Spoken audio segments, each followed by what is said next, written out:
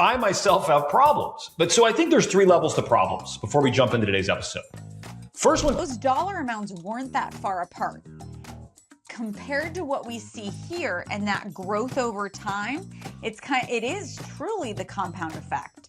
Brent, I'm going to tell you something right now. You'll never be rich. You'll never be wealthy. You can't deposit emotions. It just doesn't work. Going back to our problems, what problem was he solving? The higher your income does not mean you'll have a higher net worth. It's absolutely not true. Other ways you could live through that, you could also live through the experience of others. We're back with the Be Wealthy podcast. I am joined by my one and only co-host, Katelyn Mitchell. Katelyn, we've got a jam-packed day that we are going to tear into in about 30 seconds. So we put this together and I wrote out 6 episodes. And it's really how the wealthy think about money, Katelyn. In this episode, we're actually going to walk you through what does it take to be rich? I mean, the fundamental thing we're solving here is I don't think people know, and we can use rich and wealthy interchangeable. I do think those are different things. We'll put a pin in that. We'll come back to it. But I think Katelyn, when you're thinking about money, you first got to figure out what does being wealthy actually even look like and what does it mean? So we're going to get into some data, some third-party stories, and we'll break that down. Our second episode, we're going to show what the wealthy people, Katelyn, what do they actually spend their money on? I think people think it's like some myth where it's ancient legend where the scrolls are lost in the Conga. Katelyn, but they're not. They're not actually in the Conga at all. We can find them, read them, and learn from what people who have the money we want, what they're doing with it. The third episode, we're going to break down what do they never spend money on? What do they refuse to spend money on? Because just as important as it is to know what do people do, you can also learn what they don't do. You know, there's multiple ways to live your life out there. And one of the ways is to learn from your own experience. That's incredibly valuable. However, your experience is limited to your own experience, right? The things that you've experienced, the people you've talked to, conversations you've had, books you've read, you're limited just to that. The other ways you could live through that, you could also live through the experience of others, both as a positive and a negative. So let's figure out what do they refuse to spend their money on. The next episode, we're going to go, where do they overspend? Where are they just going crazy and overspending on? Spoiler alert, I'll tell you, it's not what you think. On the fifth one, we're going to walk you through how should you think about your spending and building your own philosophy around your spending. And we'll release our Be Wealthy laws of money there. And lastly, Katelyn, in the 6th episode, the 6th part of the series, we're going to break down how do wealthy people raise kids and have a healthy relationship with money. So I threw a lot at you there, Katelyn, just coming out, swinging for the fences in our opening 2 minutes. But before we do that, and you're not prepped for this, Katelyn, I got to ask you a handful of questions before we even jump in today. So, Katelyn, the word on the street is that you have an upcoming trip to my home in Belize. I happen to know that because I was a part of that conversation. So you're going to Belize and you're going to do some epic things. And I want you to tell me, how many hours have you thought about it? You've thought about talking to your husband. You maybe talked to other people about it. Maybe you went to ChatGPT. Maybe you went to Google. Just give me a ballpark on this trip. How many hours have you spent so far? And how many hours do you think you'll spend total? I think I've probably to date spent 20 hours. And I would say I'll probably spend an additional 20 hours once I'm 30 days out. So in 4 days, starting this weekend, I'll probably get really deep in it. I love having a trip, especially something like this that you've helped me with in the future, right? It allows us to work harder, grind harder, do everything that we need to. And so 30 days out is when I typically like to spend an exorbitant amount of time really researching and planning. But I'd say 20 hours to date. You and I talk about it a lot because I'm really excited. But I'll do another 20 hours for sure. So 40 hours. So we're 40 hours and I think that's pretty normal. I think anyone that's listening or watching this is going, oh yeah, I went to Europe where I did my thing. And I spent 40 hours. And when I go around the country speaking, and you see me do this, I always ask people, how long did you spend? And I'm like, when was the last time you spent 40 hours working on your money? You spent 40 hours figuring out what leads you to your ideal life. And money's not everything, but it is a byproduct. Typically, it's a entry fee to some of the things that you want. And so my point, Katelyn, here is I think people over-index on things, right? I'm not saying epic experiences because I believe that's the best investment you'll ever make with your money is in an experience. So I'm not saying you shouldn't spend the 40 hours. What I'm saying is, though, we got to counterbalance that, and we got to spend some time, reading books. And I get a lot of crap for this because I'm going to tell you my belief, Katelyn, and this is very controversial these days, especially in these times where you got keyboard warriors and everybody out there. But reading a book, Katelyn, I mean, when I say book, Audible doesn't count. Podcasts I love podcasts. I think they're awesome. They're not books. That's why they didn't call them books. They didn't call them bookcasts. They called them podcasts. And so, Katelyn, this is an actual book. This is a physical copy of a book. It's not a prop. Doesn't have hot glue. It's not in a model home, where we sell homes. This is an actual physical book. I have thousands of them. And I know it sounds crazy, Katelyn. I actually read them. I use them as reference manuals. Now, if they're crap, I just throw them in the trash. But if they're good, and so my point is, I think we've all got to get a little better at spending that 40 hours. You're going to have this amazing trip. You and I are going to engineer it. It's going to be epic. But all of our listeners out there, just really, have a moment of truth with yourself. When was the last time you spent 40 hours on living your ideal life, building a plan, a system? What are the skills I'm missing? What are the money I need? What do I really want? The fundamental question. So as we lead into this episode, I want you to think through that. Are you actually spending the time? And Katelyn, I think the challenge as we film this today, the economy's in a weird spot. The world has never been weirder in my 45 years. And Katelyn, I came up with this thought around what people talk about. And I was having this disconnect. I was out with some friends of mine, Katelyn, who happened to be some of my most successful friends, like ridiculous successful people. They do crazy things. And what I was thinking about right before that, I had to go online and do some social media, being a influencer, had to look at that. And I almost got whiplash from going from the online to with my friends. And I want to tell you what I mean. Online, the opinions and the thoughts and the topics are literally, if you were having a pendulum, they are on the far end, the farthest end you could imagine from the conversations that I have with my successful friends. They're not even related. Like if you were to say the conversation online compared to the conversation I'm having with my friends, it would be like we're speaking different language. Like we're like aliens, or we're lost in the matrix. And so I started thinking about it. And I think if you want to live a big life, this is important. And so I started breaking why is that? And so everyone has problems, Katelyn. I don't know if you're exempt from them. But I myself have problems. But so I think there's 3 levels to problems before we jump into today's episode. First one, Katelyn, there's what I'm going to call low-level problems. And the overwhelming majority of people are solving low-level problems. The problem of solving low-level problems, Katelyn, is you're probably going to lead a low-level life. And that sucks, and no one wants that. And what are those problems all around? Katelyn, they're all around stuff and things. I want to get a car. My car doesn't work. I need this thing. My Wi-Fi is broken. It's just stuff and things. If you just go on Facebook, do it right now while you're listening to this, and then immediately pop back in, obviously, because this is going to be a lot more valuable. But if you go there and you see the conversation thread, the low-level stuff, it's all stuff and things. Katelyn, then you go to the next level up. I'm going to call, if you want a medium-level life, right? You want to be right in the middle of everybody. You know what those people talk about? Katelyn, what's your guess? What do they talk about? Probably medium-level problems. Yeah, but specifically, great. Yes, they talk about medium level problem. What's a medium level problem as an example? Probably things with jobs, career, kids. Not necessarily You're really close. Level, like my internet's slow, but you nailed it. They talk about people. The mid-level problem, all you talk about is people. Why are they doing that? I don't understand why Sarah cut me off when she was picking up the kids today, right? Or I don't understand what Bill's thinking, right? They consume their lives with what everyone else is doing. Like, I don't care what Super Bowl halftime show you worked. I don't have time to think about it. I'm too busy. I got real stuff I'm doing. Who cares? And then you've got high-level problems. And these people live the incredible lives. So we're going to go to where to my friends land. They're solving, and you know what all those problems are at the highest level, Katelyn? They're the problems associated with actually living your dreams. They're dealing with problems, but they're dealing with stuff like, how do I scale this business to the infinite level? Now they might talk about a person, but in the context of their dreams, not bitching what Sarah did. They're going, who's the person I'm missing that could transform my organization? Who's the coach I need in my life that could take me to the next level?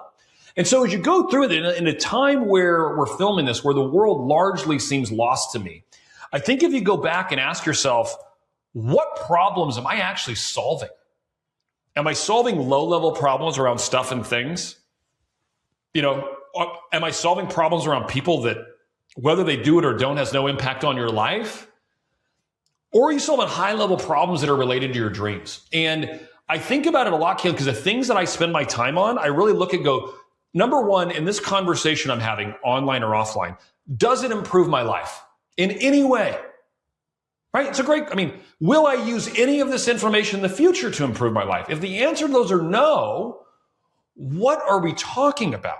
And it just gets very confusing. So I wanted to start with that today because I think people need to think about their problem. And as you go through today's episode, I want you, when you hear it, because you're going to hear about money and we're going to break down. So we're going to take, Katelyn, what does it take to be rich at every level?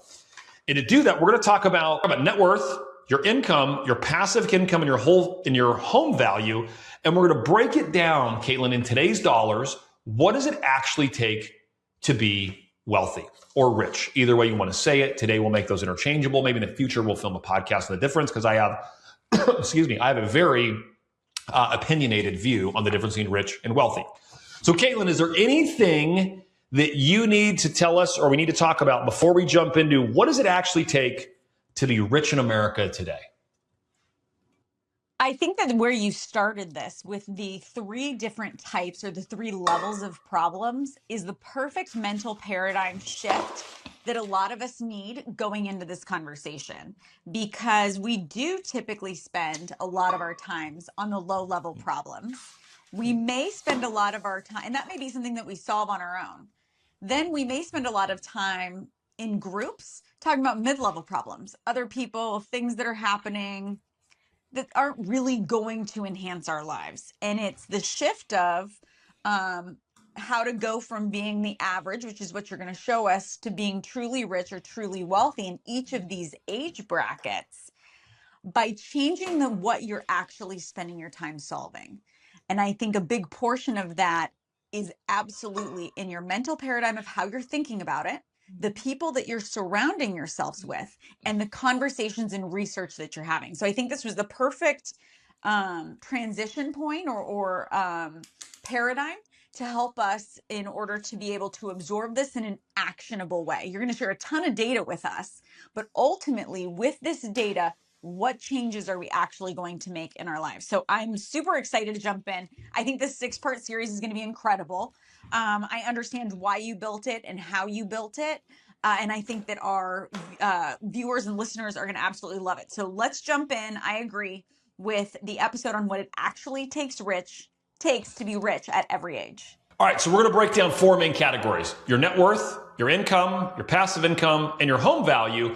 But then we're going to use 4 categories. We're going to do the median, so the average person, not average and median, but I'm going to use those words interchangeably for the sake of the median. So in the 50th percentile, we're going to use the top 10%, the top 1%, and the top 0.01%. All right, so net worth. Net worth is your total assets minus your liabilities. This should all be done on a balance sheet. It should be tracked every single month. And if you go to the show notes below, we will have a balance sheet that you can download and start tracking your net worth. My mentor to me early on asked me, Brett, do you track your net worth? I said, absolutely. He said, do you do it every single month at the exact same time? This is like 15 years ago, maybe 20. I said, no. He goes, oh, let me get this straight. You do it on the months when it's up, when you're having positive things, you're doing all that. And I was like, yeah, obviously. And he goes, Brett, I'm going to tell you something right now. You'll never be rich. You'll never be wealthy. And this was like not a private one-on-one conversation with your mentor. This was like kind of in a group. And it was a little shocking, a little embarrassing.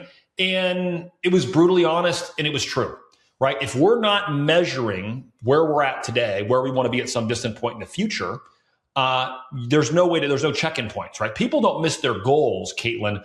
And I've said this a lot on this podcast. They don't miss their goals because they got off track. Every successful person has been off track. People miss their goals because they got off track for so long, they had no check-in point.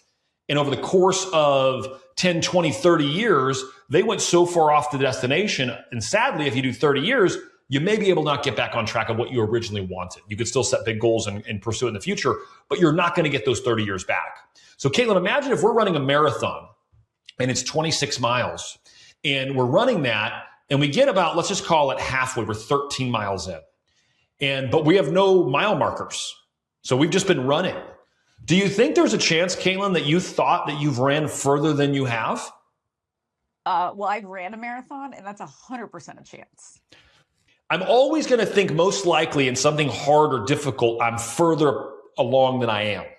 And so on the marathon, you're like, man, you might think you just hit mile 13. In your mind, you're on 19 or 20. Same thing happens with your money. People think that they're a lot further ahead than they are because they choose not to measure it. And then they'll use an emotional feeling for the month like, gosh, I'm really, really doing well. Sadly, you can't go to Wells Fargo and deposit emotions. I've tried to do it a ton of times, and you can't deposit emotions. It just doesn't work. So we've got to have data. So you need to download this balance sheet, and you need to put in your assets up top, every single item on a different line. If you've got 15 bank accounts, you're going to have 15 lines. And every month, you're going to put in all the data. I know there's a bunch of online tools. Let me tell you something. If you want to be rich, you need to start doing this yourself, and it's going to be hard. Figure out some basic formulas, get into Excel, and actually learn it. You can't outsource it to ChatGPT because chat can know everything about your net worth, but if you don't know anything about it, it's not going to be very, very helpful to you. And so I want to start with net worth. And Katelyn, all of this comes from the Federal Reserve Survey of Consumer Finance. All right, so Katelyn, if you're 30 years old, if you're listening or watching this and you're 30 years old, the median net worth at age 30, which means you're in the 50th percentile, it means 50% of the population has a higher net worth than you, 50% has a lower net worth. Katelyn, what do you think that number is? Where would you guess? Now, I know you might be looking at my show notes, which is tricky for you, so don't look at the future ones because we're just going to pull. Yeah, I would guess at the age of 30, I would guess that net worth, maybe 50,000. Okay. Now this is including, just to be clear, we're including retire amounts and home equity, which I would exclude in the way I do it. But I'll give you the answer. The median, again, 50% above, 50% below, $90,000. So you're 30 years old. If you are listening or watching this and you're 30 years old and you have a $90,000 net worth, kabam, you're in the dead middle. You are absolutely average. You're the average place that you're supposed to be. I get it, quote, it's not the average, it's the median, which means we drop one off on each side till we get to the middle. Math nerds, I do know what a median is. But I like to say it that way. All right, Katelyn, if we want to be in the top 10%, $540,000 net worth. So you've got a net worth higher than 90% of the population. So if you're around $500,000 and you're 30, got to tell you, you're a top 10 percenter, right? So you should start thinking about what are the activities that I'm doing that are causing me to outperform my peer group by 90%, right? There's something you're doing different, unique. Maybe it was the way you're raised. Maybe your saving pattern. If you think about it, that's an impressive number because let's say you go to school, you go to college, right? And you now may have some student loan debt. But you've also had 8 years to earn. You got out, you graduate high school, call it 18, graduate college, call it 22. Now you have had 8 years of earning and you've made a lot of right choices. To have a net worth of $540,000, 8 years into your earning potential, post any school expenses, that's a pretty impressive group if you ask me. I would bet some of that did, to your point, come from home equity growth. But that's an impressive especially group. If you look at that top 10%, that's awesome. If you look at especially if you look at the last 8 years, right? What happened, right? That's to your point, home equity and retirement would have driven a lot of that. So by the way, that's not luck. There is no luck in this game. I mean, there's luck in the casinos. There's luck in other areas. There's not luck in getting there unless you literally won a small lottery. You didn't hit the Powerball, Katelyn, you hit all the other numbers. So, all right, now we're going to go, what does it take to be in the 1% at age 30? Age 30, 1% is 2.6 million. So if you want to be, 99% of the people you're ahead of them, 2.6 million. Now, here's what's interesting, Katelyn. That didn't double from the top 10%. It didn't triple. That's a 5x jump between being in the top 10% and the top 1%. And I think you would see that, Katelyn, and I think that would relate to more things than money. The people that are in the top 1% versus the top 10%, everyone's like, oh, it's only, Katelyn, obviously, it's only 9%. Yeah, but it didn't just get a little better.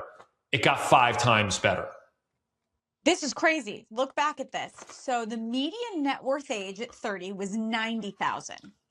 Then to go from median to the top 10%, it was a 6x increase to go from 90 to 540, right? Is that right? 9 times 6 is 54. I was a Kumon kid, Brett. I was a Kumon kid. I'm good at basic arithmetic. I can do single digit addition, subtraction, multiplication. It's kind of my thing.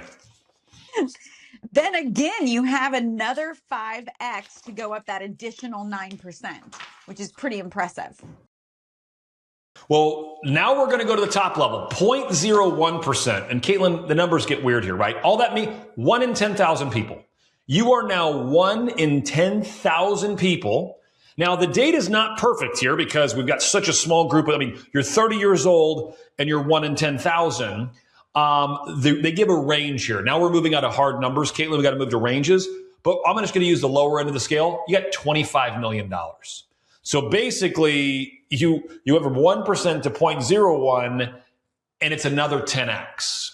And so at this level, right, if you're 30 years old, something you did to create 25 million, budgeting really doesn't matter. You're playing on a whole different level. This is ownership. You're going to own, provided you do it right, you are on a trend line that will be ridiculous. That would actually, at that age, would exceed Warren Buffett's net worth at that age. I happen to know. We study and we teach that. So here's what's interesting, Katelyn. Jeff Bezos, there's a story about him. And for years in Amazon, Katelyn, for years and years and years, he paid himself $80,000.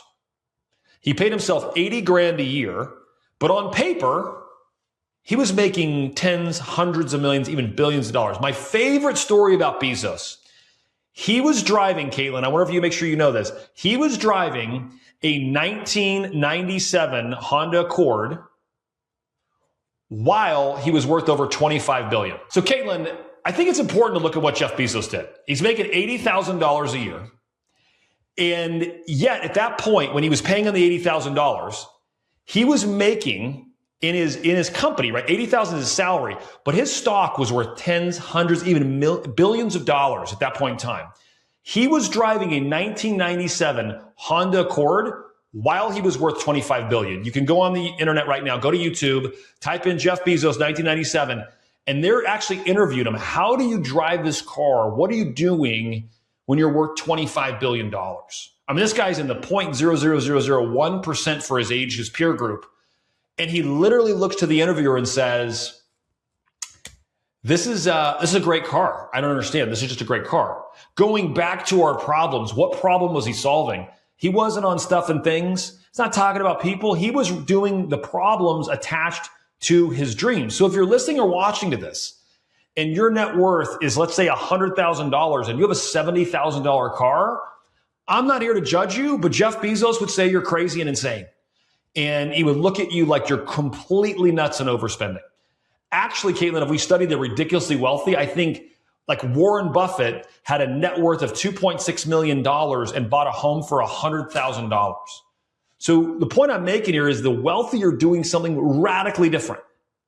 Radically different. You shared with me, and I think I've even heard him tell the story as well. Gary Keller has a really similar story as far as reinvesting back into KW, working to grow that business and continuing to drive. What car was he driving? He was driving, I believe, I want to say the color that I made up my mind. I know it was a Ford Taurus. I believe it was like a maroon Ford Taurus when the executives were like, hey, dude, hard to sell the dream when you're rocking the Ford Taurus. And his mind was like, I'm ridiculously wealthy. Why does my car matter? I think it was Bo Anderson who was trying, or it might have been Mary and Mark. They were trying to sell regions. And they were like, Gary, it is not inspiring when you show up as the CEO and founder of Keller Williams, where everything is possible and you can grow incredible wealth and invest in the company, and you show up in your 15-year-old car. Not helpful to sell the dream. However, what he was doing is the same thing as Bezos, right? He was looking to build a business, build his equity percentage, or excuse me, his equity rates of return, but his net worth on paper was one thing. He was taking very little in income and reinvesting it back into either the business, but also his additional investments and assets on the outside.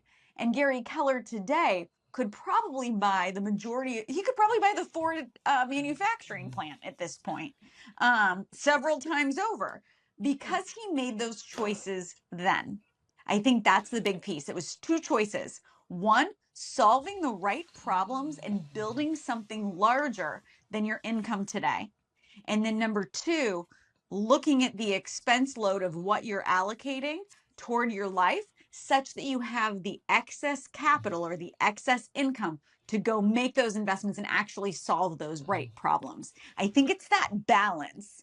If you spend all of your money on the Ferrari, you don't have the money to go solve the bigger problems. I think it's that balance of solving the right problems and reserving the funds to be able to solve them as well. It's all of those things. It's a brilliant takeaway. The other thing, I think that they realized that their happiness in the future wasn't going to come from stuff and things, from low level things. It just wasn't going to happen that way. So like when he's driving that car, his mind is like, I don't even really think about what I'm driving because I'm focused so much on my dreams that it doesn't matter. I heard a recent analogy, Katelyn. So when you go to the restaurant, and there's no judgment in this comment, but I'm going to put you on the spot. If you go there, and let's say you go to a Mexican food restaurant, Katelyn, and you order the chicken fajitas, and they bring you a steak burrito, what are you going to do? Well, I really love a steak burrito, Brett, so I'd probably just eat that too. I'll be honest. Would you say anything? Would you just say? Someone else might say, like, no, this isn't someone else. What would you do? Would you just eat it or would you say something? I would probably just eat it because I really like steak burritos too. I like both. They're delicious. Well, you passed the test. So I was watching this video and the guy's like, it was like three really successful people. And the guy's like, what do you do when you get it? They asked, asked me. I go, I just whatever they put in front of me, right? I ordered the chicken feet, perfect. Steak burrito, nailed it. Great job. And I don't say anything. I go, I do not like mayonnaise. I think it's the devil's paste. It's not my thing. And it's a joke, by the way, online. Don't go crazy. I'm just joking. I just don't happen to like mayo. And today you were with me and they bring me a mayo encrusted, just nightmare of a thing. I just eat it, whatever. It's not worth, I've got so many things I'm focusing on that what I'm eating in that moment is not going to interrupt my life. And I'm going to go to the person and then they're going to mess it up again. It's going to cause this whole friction situation. I'm not saying you should get ran over. I'm just saying when you're focused on your dreams and everything, sometimes the little trivial stuff and things doesn't really matter. Real quick on that, just one thing to recap on. I think there's every single day you have the bandwidth and capacity to solve a specific amount of problems. You can choose if you want to solve the fajita burrito debacle, or you can choose to solve something else. I believe that there is a finite amount that a human being can solve in a day. Some of us more, some of us less. You can solve more problems than I can in a day. I like to think it's because you're significantly older than me. However, we have a certain amount that we can solve. Our time and energy and brain power is a resource that can be depleted. You get to make the choice of where you apply those, and that's how you started this discussion as well. So I'm a firm believer in that. So I eat the burrito and choose to solve something else. I actually think, Katelyn, when it comes to the energy required to solve a problem, I don't think there's any energy difference between solving, do I eat the burrito, and I'm going to go deal with that, or how do I make an extra $100,000 in my business or an extra $1 million a year in my business? I believe the energy that it takes from you as a human is the same. And what keeps people average in the medium and low level problems is all their energy is solving that. And so I spend none of my time solving the low level stuff. And yeah, does it cause some problems sometime? Additional problems? Sure. But those are things that I can write a check for. I can get someone else to do it, whatever that looks like. Because if you spend your days, regardless of where you're at, where you start your journey and you're listening to this or watching it, you need to solve bigger problems than what you're currently doing. And what happens over our lives, Katelyn, this is like a center. If I drew like circles, imagine there's three. Your goal, everyone starts. By the way, in the beginning of my career, what problems do you think I was solving? Or at the beginning of my, when I was getting my life together, I was solving low-level problems on stuff and things. And then your goal is to stretch your capacity. You're growing it. And for those that are listening, I'm growing my circle. I'm expanding it. And so that you could solve bigger and bigger level problems. Now you're just making sure that the things that you're solving relate to your dreams. And it's all the same energy. It's just where are you aiming it? So one thing that you helped me with here, and when you shared it with me, we were talking about business noise. But since then, we've actually discussed it several times, and it applies to every area of our lives.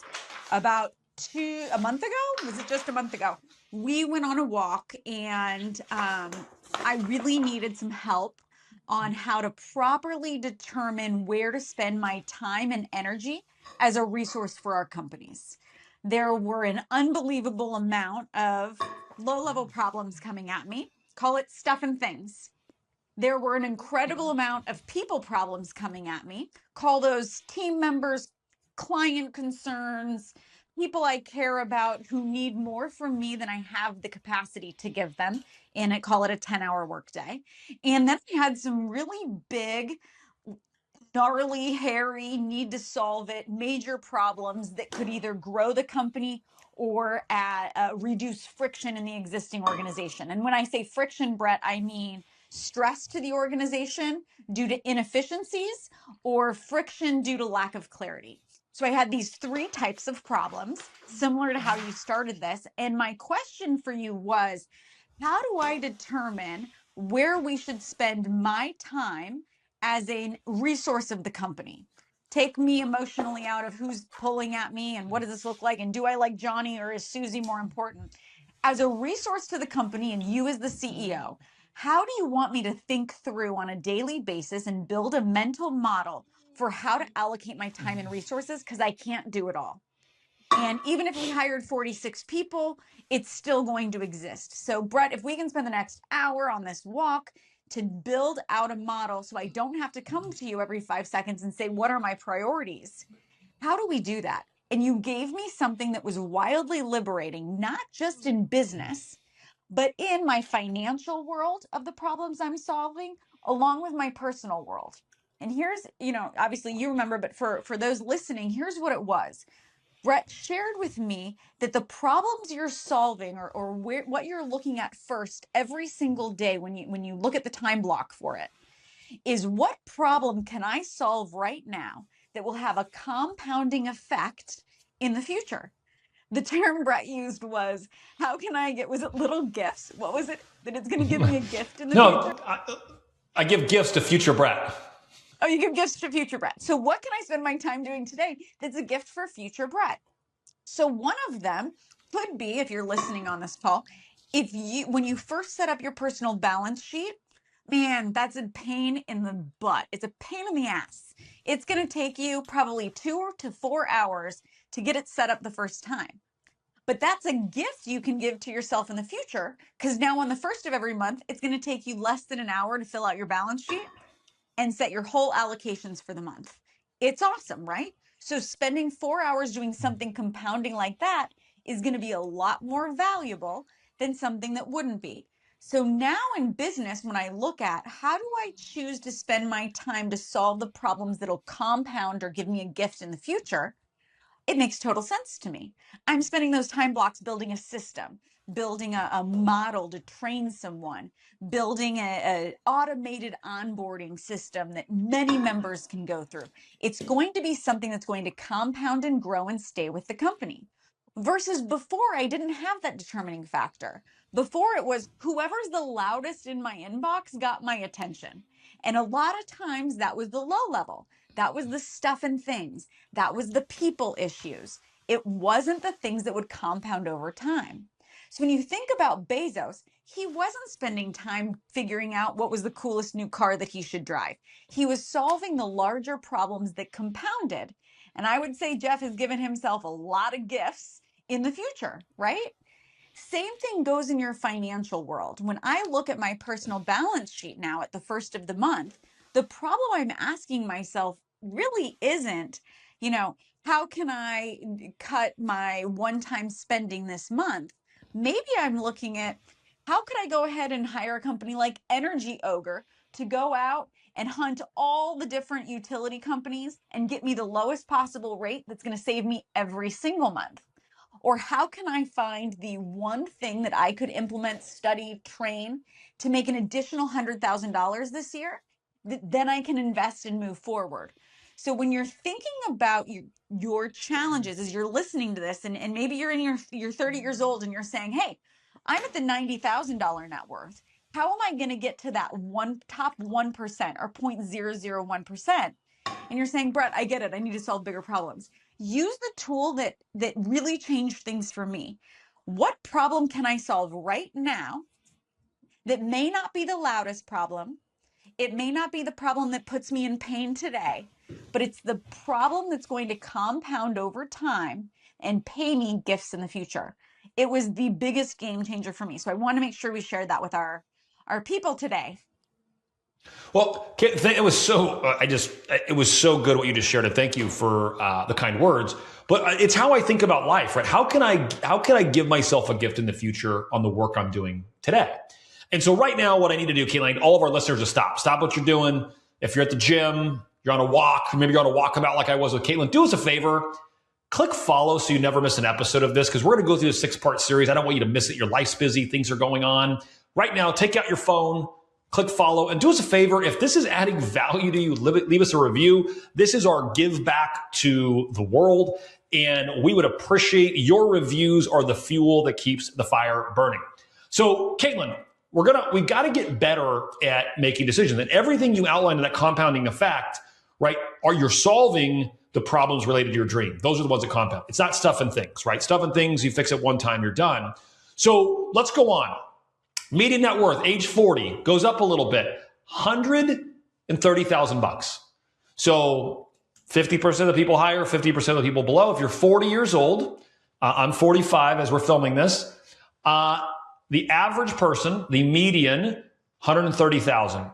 Now when we go to the top 10%, 1.1 million, almost 1.2. So we'll call it 1.18 to be exact. So 90, you're in the 90th percentile. You're ahead of 90% of the population. You have a $1.2 million net worth. So so roughly a 10x. Now we go from the top 10% to the top 1%. Now you're ahead of 99% of the people, Katelyn, $7.8 million, little over 7x now. And then to be in the top 0.01%, 100 million or more, $100 million, a little over another 10x. It almost flows, it's pretty close, 10x, 7x, 10x or more. And so at that level, so if you're 40 and you're right in the middle, $130,000. If you're in the top 10%, 1.8 million. Now let's go, Katelyn, to age 50. We all know how money works. It compounds. And so typically, if you've done everything right and you've built the skills in your 20s, you've harvested that in the 30s, you've utilized it in your 40s, and now you're in your 50s and you're in that sweet spot of your earning years, right? It's where they say most incomes peak in the mid 50s. That's been a historical number. So look at this, median net worth, right? We're right in the middle, Katelyn, age 50. $270,000. So we went from 90 at age 30, 130,000 at age 40, to 270,000 at age 50. So we made some group. Now I would argue though, that growth though, Katelyn, what I would say is if you got I think it's way harder to have 90,000 at age 30 than it is to have 270,000 at age 50. You know what this sounds like to me when I look at it and I look at those growths? It sounds to me like it's all W-2, meaning it's income growth with a percentage of savings in a retirement account over time. And you interchange the word median with average, although math nerds, we get it. Those are two different things. We get it. But if you interchange it for a second, the average person in the United States is making a W-2 income. They're putting away X percent into a retirement account that ideally is matched by their employer. And this truly is their trajectory. What is crazy to me is retiring on a $270,000 net worth is challenging, if not impossible. And so at age 50, if you're at age 33 right now and you're at age 40 and you're playing the game all in W-2 with that traditional retirement plan, and you're falling into these categories, you can make some changes to solve some bigger problems. And that's where you're seeing these huge divides between the median net worth that's playing the W-2 game and now your top 1% at 13 million in net worth. Like that's a different game. They're not just a W-2 employee. That might be a portion of their income, but they're not a traditional W-2 employee. And I think, Katelyn, that's how most people are going to look at this data. What I would say, but just because you're a W-2 does not mean that you can't be in the top 10% or top 1% or top. Now, you might not be in the top 0.01 because that might have required some ownership in something to go faster, but you could for sure get in the top 10 or top 1%. But Katelyn, you're going to have to stop acting like a W-2. Like that, like we got people in my organization that have been with me a long time that are W-2 that exceed these numbers dramatically in terms of the top 10% for sure. Some are close to, That's why I use that word though. That was really key, and I'm glad you pointed it out.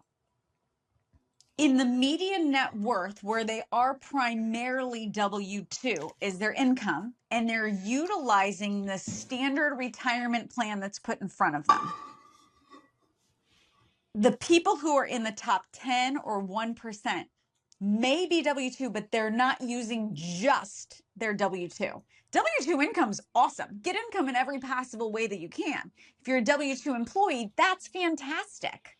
Increase your skills, grow your W-2 income so you can take that money and go become an investor and create the future for yourself by solving other problems. If you're a high W-2 income earner, that's fantastic, but you need to be playing another game alongside it.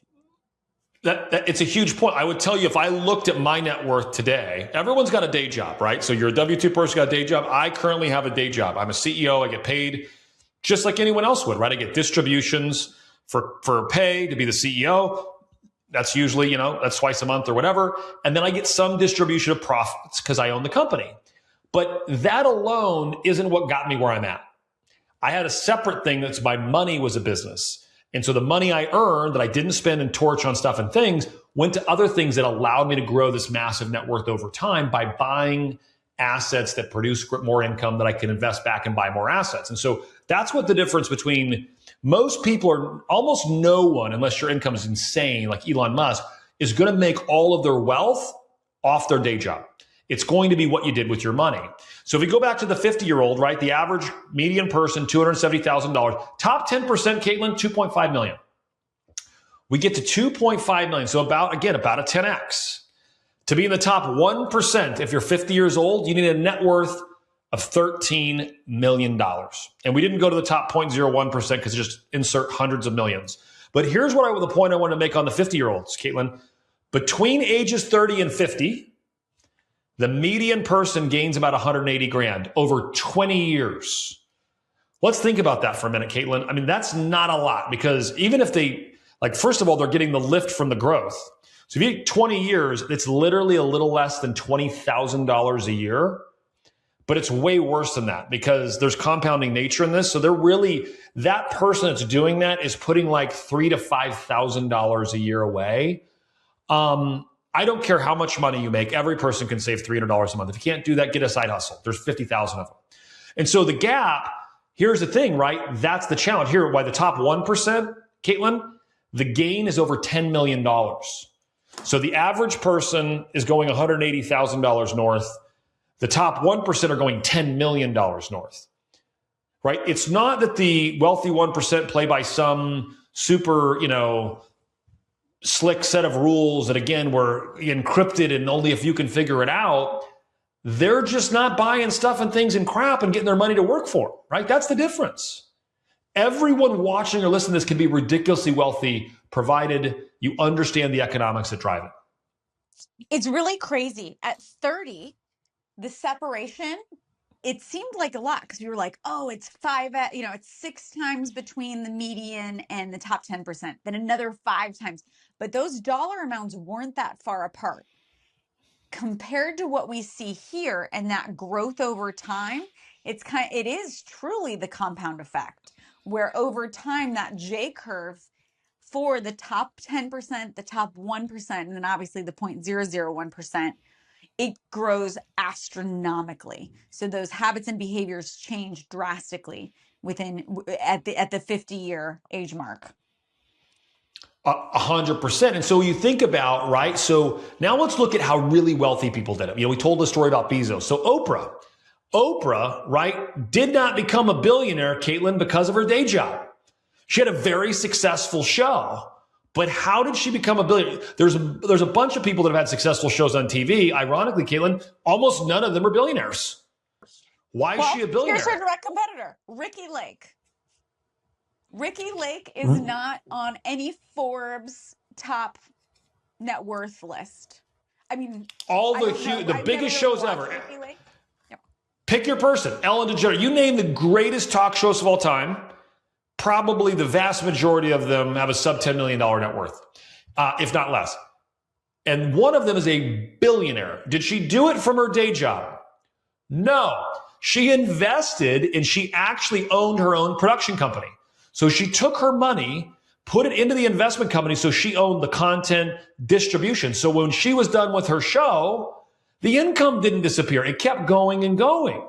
And so that's the difference between someone who has a massive net worth. By the way, is everyone listening to this going to become a talk show host and own their own production company? Probably not. However, can you own the house next door to you? Can you own the business adjacent to yours? Can you own the distribution of something? Can you own more real estate? Can you own part of a company? Yes, you could do all of those things. And owning stuff being assets, not the low-level problems, owning assets that have passive income attached to it is how you get free. All right, Katelyn, we wrapped up net worth. I'm going to go back. We're going to go to the second part, income. Now let's look at the income, okay? This is the metric people flex, right? All the bro dogs on social media making billions and trillions. They got to invent a new number because a trillion isn't enough anymore. But for overwhelmingly, right, people, when they stop working, their income stops. So if you're 30 years old, and you're in the median, 50% of the people have more than you, 50% of the people less. Katelyn, you're making 90 grand a year. 90 grand.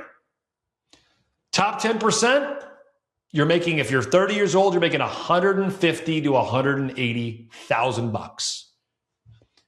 Right? I'm going to be honest today, right now, I think that's, first of all, you could get ridiculously wealthy on that, but not if your bills, if you make 180 and your bills are 220, which is overwhelmingly what we see. Well, you're going nowhere, right? Top 1%. If you're 30 years old, you're making 320, you are in the top 1%. Now, what I would ask you to do, if you're watching this, go up to the last thing we talked about. Does your net worth match the income level? If you're a top 1% in your income, are you top 1% in your net worth? If not, I'll let you figure out what's not working. Now, at 320, right, it's going to feel like a lot. If you put it away, you could be ridiculously wealthy, right? So now, Katelyn, top 0.01%. You're 1 in 10,000. You're 30 years old. This is a big number. They're making $8 to $12 million a year. Crazy. At 30, I was like, man, that's. I just think there's so few people doing it that there's a few people that are radically skewing that data. But that was mind-bending. But so, Kate, let's think of let's speak to the person who's in the top 1%, 30 years old, making 320. They're kind of, I'm going to relate them to a sports figure, right? And when you study NFL players, the average NFL player, Katelyn, makes $2 to $3 million a year. Okay? 70% of them, a few years after retirement, dead broke. Made $2 to $3 million a year for whatever period of time. Boom, 70%. They're not broke. They face massive financial distress is the way they word it. But again, if you made $3 million a year for 6 years, you shouldn't have massive financial distress within 3 years of retirement. So why? Massive income, short career, no ownership. You were on the treadmill of income and it stopped. Like Michael Jordan did not become a billionaire from his basketball ability. It was his deal with Nike, right? Think about though if you study George Clooney, right? I'm not picking people. This isn't a political statement. George Clooney, the money he made off Casamigos as opposed to all of the earnings for the history of Earth of his movies and the Broadway and all that stuff. Nothing in comparison, right? That all the money was made in the liquor, right? So you go to John Paul DeJoria, Paul Mitchell, right? He did this massive thing. What made him a billionaire? Not his day job of being the greatest, hair product style, all that stuff. No, that wasn't it, right? Patron, tequila, right? So ownership, something different. All right, so Katelyn, let's go to your age 40. So we're going 10 years ahead. To be in the median, you went from, at age 30 was 90, now you go to $106,000. So $16,000 increase. If you're 40 years old, the top 10%, you make 220. The top 1%, 480,000. And top 0.01%, they kind of, the gap was the same, about 8 to 12 million bucks, right? And I think it's because there's such little data that it gets skewed dramatically at the higher numbers. But let's speak to, the top 1%. Again, they're growing it over time. They locked into a great career. They have a day job. They're doing the right things with their skills to grow that over time. I mean, that all makes sense. All right, let's go to 50. These are your peak years, Katelyn. We talked about before. In the 50s, incomes peak. Net worth should be rising pretty dramatically. Now, net worths are that thing that just sits over the court done right. Your net worth should be the absolute highest when you're old, at your very end of your life, if you do it right. Because you've kicked off so much income and so much net worth, you can't actually spend it. Your net worth has grown so much that you spending $2 million a year or $3 million a year is irrelevant, right? Because you're earning 10 in passive income. So age 50, the average person, this is where it gets tough. Average person is making 50 grand. Over 20 years, they went from 90,000 to $117,000. I'm sorry, I said 50 grand. The average person, median income, age 50, $117,000. Top 10% goes to 255,000. Top 1%, 550,000, 0.01, it's north of 10 million. And so you look at, I think what spoke to me here, Katelyn, I thought was interesting is if you're at the median, your income grows the slowest. It grew very little over that period of time. The 1% grew quicker, but still was nothing like we saw in net worth. Incomes went up, but pretty consistent. Like you could draw lines between 30, 40, 50, yet net worths, it was massively different. Why do you think that is, Katelyn? Well, I think it's what you've been trying to tell us for the past 45 minutes. And it's that your day job can produce the income and you can continue to grow your income over time, but you won't be able to exponentially in the same way grow your income. Like if we had a line graph, your income growth, no matter how excellent you are at it, will not grow with the same exponential or compounding effect that your net worth will. And so when you invest your money today, what it pays you in the future is significantly more as it compounds. Whereas I have to get back on that income treadmill every year to recreate that income. That's number one. But number two, I can only grow that so much. There's a cap on income is what it seems like. Now, I'm sure, obviously, Elon's going to make his, $1 trillion bonus package in the future. And that income does not seem capped. But for normal day jobs like yours and mine, the income's somewhat capped as a CEO of a company or as a revenue growth person. Like you're capped. There's so much that you can do. And yes, you could double the business, but your income's only going to grow so much. Where you have that huge zoom or that big J curve is truly in the net worth gap. So when you look at the net worth numbers we talked about at the beginning of this, they grew wildly quickly. And the gaps between the age 30 versus age 60 were so incredibly different. But overlay now the income isn't that different. So your W-2 or your day job income, it's not determined there. You do need to grow your income so you have extra money to go and invest, but you will not make the difference in your income. You cannot run fast enough on that treadmill to make it count. So, Katelyn, I just looked up. I pulled up a stat here. And you obviously could not possibly know, but I want to anchor your point because it was so good and I want everyone to get it. So, income, Katelyn, I just picked Coca-Cola, company everybody knows.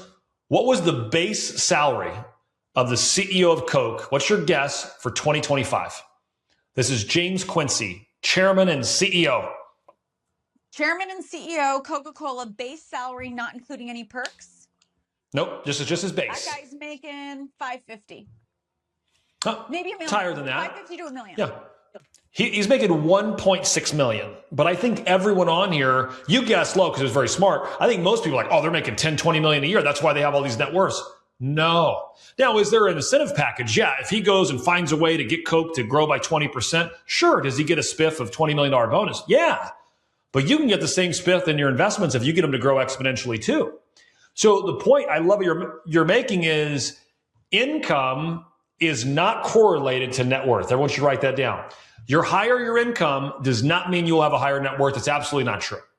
I know people, friends of mine, who make north of $2 million a year and are worth less than $2 million. And you might say, Brett, how is that even possible? How could you make more than two and have a net worth of less than two when you're making the two every single year? Super easy. You spend $150,000 a month on crap, on lifestyle. There's nothing left to invest. You're making $2 million, you torch it all. Overwhelmingly, the influencers are famous for this on the social medias. Crazy high income earners, no net worth. I'm from the country, Katelyn. You know what we call that? It's all hat, no cattle. That's gonna crush the internet. We're gonna break the internet with that one. All right, Katelyn, I want to move to our next category. Okay, passive income. The data on this is hard to get. You know why it's hard to get? Because people have so little of it. And there's not a data point we can go to grab it. So the median person, ready what the average person's passive income is, Katelyn? The average person, the median has zero. What? Shocker. They have zero passive income. Now, I don't understand their plan of how they think they're going to get free with zero, but that's the average person. They have zero. So we can't even do the median because it doesn't exist. So 30, 40, 50, don't have any. Let's get to the top 10%. If you're 30 years old, top 10%, $5,000. These are annual? These are annual passive income. If you are 30 years old and you're in the top 10%, you got 5,000. At 40, you've doubled it. You've got 10,000. This is to be further ahead than 90% of the people. At age 50, you go to 20 grand. Age 60, you go to 30,000. Now, having some passive income, Katelyn, is better than zero. But how are it's you going to helpful. retire on that? You're not free. That's the point. You are shackled in a prison, and you don't even know that you're in it. And you can never get out of it. It's work till you die. Your life is worse in the future than it is today. It's super dark, and I don't want anyone to have that experience. But it starts today. You got to go back and take that income. So now so even in the top 10%. How do you get out of it? Now, this is passive income. People could own Tesla stock, which would not be included passive income. Unfortunately, that doesn't always work out. I want to tell you a story. Katelyn, you never heard the story before, but I went to college and I didn't graduate. I went to the graduation because I was 6 credits short of my degree. My whole family was there, and I got a little, the cap and gown, and I bought the little diploma. Mine's just a diploma holder because I'm just minus the degree. I never went back because it was stupid. And I didn't want to do anything with my degree. But my parents get a college degree because that'll really help you. And that was, reasonably good advice based on what they thought. So I go at one point, then I'm like, I was trying to be an entrepreneur and I'm figuring stuff out. But I'm like, you know what? I'm going to get a job for a little bit. So I went to the Fortune 500 company, Insight. And basically you're selling stuff via the phone. They're like, this computer has access to the internet. This is a phone. You look up, people's names and phone numbers on the internet, and then you call them on the phone. Who's confused so far? I was like, oh, wow, this sounds incredible. I love all the sophistication. And you just had to make 300 calls. It was crazy. And you had to get to the person purchased in the purchasing department, and then you had to work this whole thing. Well, my third day there, lady had been with the company 20 years. She retires. Okay. Huge celebration. All of her retirement was Insight stock. Boom. It was at a peak, right? Things are awesome. They celebrate her, Meredith, you did it. About 4 days later, Meredith was sitting next to me in the cubicles where the people that started 3 weeks ago were. And I'm like, Meredith, didn't they like celebrate you and people were hosting you up and we were celebrating? She goes, yeah, I don't know if you saw the stock. It crashed. Stock went down like a retirement fund. Like 50%. She goes, I can't afford to retire. I got to sit here and work until the stock goes back up. And you could go back and track that. That's the early 2000s and look at it. And so I had a huge aha in that moment. Now, first question I want to ask her, which wouldn't be helpful. I did not ask this. I want to say, why at your age did you have 100? First of all, you have 100% of your net worth in one thing. Not smart. Two, you had no way, like if that didn't work, plan B was starve to death, right? I would never engineer your world at the end of your working years with no chance to recover to have 100% of your items in a growth stock, right? That's why she should have played a different game. My point being, Katelyn, that's not unlike a lot of people, right? They got their entire net worth trapped up in some stock or stuff and they're old and there's no chance to recover. So why do it that way? That's a choice. Now, I didn't have the heart to tell her like all of that was a choice and it was self-inflicted. But she stayed there another 8 months, 9 months, stock got back up to where she could get out. But I never forgot that, right? So we've all got to have a plan. And your plan will determine your outcome. All right, top 1% passive income. Katelyn, if you're 30 years old, you got $100,000 a year in passive income. 30 years old. I got to tell you, it makes sense that you're doing better than 99% of the people, and I would agree with you. That's an awesome number. And what's so cool about that number at 30, you are going to go on to be one of the wealthiest people you've ever met. You've already done the work, laid the track, made the decisions. You have a saving philosophy. Instead of buying crap, which is what your peer group does in their 20s, you bought assets that were producing income, and bam, you're there. Top 1% at age 40, it triples, Katelyn, $300,000. You get to $300,000 at age 40, unless you have a crazy spending problem, a gambling addiction, or some other weird stuff, you're going to be in a really good spot. And at age 50, if you do this right in the top 1%, it's $500,000 to $700,000 a year. If you can't make a go of it, living a great life at $500,000 to $700,000 a year passively, I think you're solving the wrong problems, right? You care too much about what other people think, is the great philosopher Jim Carrey once said. So top 1%, Katelyn, we can't really do it because it's just millions a year. We get it. It's millions and millions a year. So what's interesting, I got a couple points here, Katelyn. 4% of the households receive over 80% of all the dividend income in America. In other words, passive income is concentrated in such a small group. But why? Everyone could do it, right? Everyone can buy Coca-Cola stock. They could, yet not everyone will. So look, some years, Katelyn, when you think about, passive income or income, Warren Buffett in some years makes over $5 billion per year. That's from dividends. Coke, Apple, American Express. And he never worked these companies. He didn't invent these things. I mean, the craziest thing to think about Warren Buffett, like Elon's going to be a trillionaire and he recreated 4 categories, right? I got SpaceX, we got Starlink, we've got Tesla, we got Sony. This guy's like building the craziest companies ever. Warren Buffett invented nothing. He literally just bought great companies doing great things. Crazy, right? Again, 4% of the households collect 80% of all dividend income. It's overly concentrated. I want to give one more example to you, Katelyn. Rihanna. I don't know if you're familiar with the rapper or, I don't know, hip hop. Oh, yeah. Rihanna. Umbrella, one of my favorite songs. So will you do me a Google while I'm going through this? What did she earn lifetime from all the music, from all of her music career? What's a lifetime Rihanna earnings? Because what's interesting is many don't know this. The reason why Rihanna isn't pumping out music these days, because she doesn't have to, because she's a billionaire from her beauty skincare line, Fenty, right? So she doesn't have to tour all the time. She can if she wants. She's doing it for love of the game. She solved the problem, built a brand, and actually became a billionaire from it. Is that easy to get, Katelyn, or should we? Yeah, so it's pulling up right now. So her net worth as it exists today, they believe it's $1.4 billion in total net worth. But because of Savage and Fenty, the majority of it's from that. Her overall music-only lifetime's earnings was $300 million, but she's worth $1.4 billion. Let's say those are big numbers, right? So she made more money doing something else than she did at her job. 4 times more doing something else she did her day job. 4 to 1. So my point being, Katelyn, is what we do with the money that makes us rich. All right, Katelyn, let's go to home value. That's what we're trying. We started with net worth, right?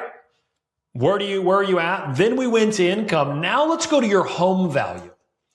Now, some people, Katelyn, this is your primary residence. For most folks, it's going to be the largest asset they ever own. I am a huge believer. It's very controversial. And I think Robert Kiyosaki gets like half of it right, half of it totally wrong. And it's a story, and it's not even his real dad. It's a made up story. But I don't want to get lost on that. But he argues that your primary residence is not an asset. And I would agree with that. Does it probably go up over time? We hope. Sure. Can it appreciate? Yes. The reason why you own a primary residence, there's only one reason, Katelyn. The goal is to lock in your long-term fixed housing costs. Rents raise over time. You've got a 30-year mortgage. If you paid it equally, then at some point you don't have a payment anymore. You've locked it in for the period of ownership or for a period of working years, then you don't have it. That's the reason. Now, what do people do? They refi every 7 to 10 years, use their home as an ATM machine. Well, you're not going to be wealthy unless you're using it to buy income-producing assets. But I don't believe it's an asset, and here's why. I, Katelyn, about a year ago, put an outdoor pickleball court at my home. Now, can I afford it? Yes. Did I do it in cash? Yes. Did my wife want it? Sure. Does the next person love pickleball the way Taylor Tanner loves pickleball? Probably not. That might be a liability, and they might offer me less on my home because they got to tear out the pickleball court. In other words, an asset, you put money into it that grows the net operating income that makes it more valuable. On our primary residence, we end up doing all sorts of things with our weird taste and our own internal desires, stuff that the next person may not want. And Katelyn, I do it too, but I don't trick myself and telling myself that my home's an asset. It's a liability. Why? Because the bank has it on their side as an asset. It can't be on both of our assets spreadsheet. So when I do my net worth tracker, I look at my investable capital. I exclude the stuff that doesn't make money. Why? Because it doesn't make money. It's not investable capital. So that was my rant, Katelyn, on the primary residences. I want to go here. If you're in the median, again, 50% of the people own a home less expensive than you, 50% of the people own a home more expensive than you, 350 to 400 grand, and you're in the median. Okay? Now, as we sit here, I'm in Phoenix, Arizona, you're in Dallas. I'll be honest, a $350 to $400,000 home is harder to find today, right? Like that's not living large. I was going to use a country analogy that I keep it very clean here. I can't use it. It has something to do with tall cotton. I'll let people, Google that on the internet. So, all right, the median, the top 10%. That will not be in the show notes. For everyone that will not be in the show notes, but people can look it up. I'm blanking in tall cotton. Google at your own leisure. Google at your own leisure. So, all right, top 10%. If you're in the top 10%, $700,000. So 90% of the people own a home less expensive than you if you're 30 years old. Top 1%, you're 1.5 to 2 million. And you're 1 in 10,000 people, you're 30 years old, you own a $10 million plus home. Okay? Age 40, the average the median home, $500,000. Didn't change a lot between 30 and 40, right? You probably bought the home at 30, still own the same home at 40. Top 10%, you own $1 million home or more. Oh, I'm sorry, at 40 years old, 900,000 to $1 million. Top 1% goes to 2 to 3 million. The top 0.01, 15 million plus. And then we go to age 50 to 60. Katelyn, the median, again, 500 to 550, pretty similar. Top 1%, that same 1.5, 2 million plus. Top 10%. Top 1% goes to 3 to 5 million. And if you're 50 to 60 in the 0.01, it's 20 to 25 million. Point being there, you should ask yourself, like one of my secrets, Katelyn, to how I got here. In my 20s and 30s, number one, and I've told this story before, I've partied more, and I don't party a lot, but I bet I've had more drinks in the last year, okay? And I don't drink that often, but I bet I've had more drinks in the last year than I did from age 20 to 30 by a huge margin. Can I do you a favor so that the rest of the audience doesn't have to? Yeah. Having 2 high noons on your patio after a round of golf does not constitute partying, Brett. So when Thank you you. Well, say partying, most people think we're talking glow sticks and You do drinking not some party. green glowing stuff and dancing like an animal. So I don't really party. Yeah, I would say, I have 2 high noons on my deck. But my point being, why did I not do it? Then I had to get my money right. I was working. I was getting ahead. And during that period of time, all of my friends were buying stuff, crap, material things. I was buying houses. And I mean, I've told the story in this podcast before. My wife's like, hey, how come everyone we know is doing better than us? And Katelyn was like, oh, easy. They're not. But they're just flashy. They're showing, like, they have a really cool car. All I know is that he has a $100,000 car he can't afford. I drive a piece of crap. I have the $100,000 in that house over there. And then you fast forward, 2.5 decades in, and they wonder how you did it. I just did different things. And so everyone watching or listening to this, stop getting caught up chasing someone online that you don't know, who's probably not living a life that you want, who probably doesn't have what they say. And I'm not saying everyone's a liar. There's some really great stuff out there. But Katelyn, you got to play your own game, and you got to shut out the noise. Now, this one's controversial, Katelyn, so I'm going to use, the Kardashians, which I know happens to be one of your favorite shows ever. Oh, please. I'm just kidding. But everyone thinks they made it, right? They made a lot of their money from the show, and they did make great money from the show. They also bought a lot of prime LA real estate before it exploded, and they own tremendous amounts of real estate. The real estate did as much work for them as the brand, right?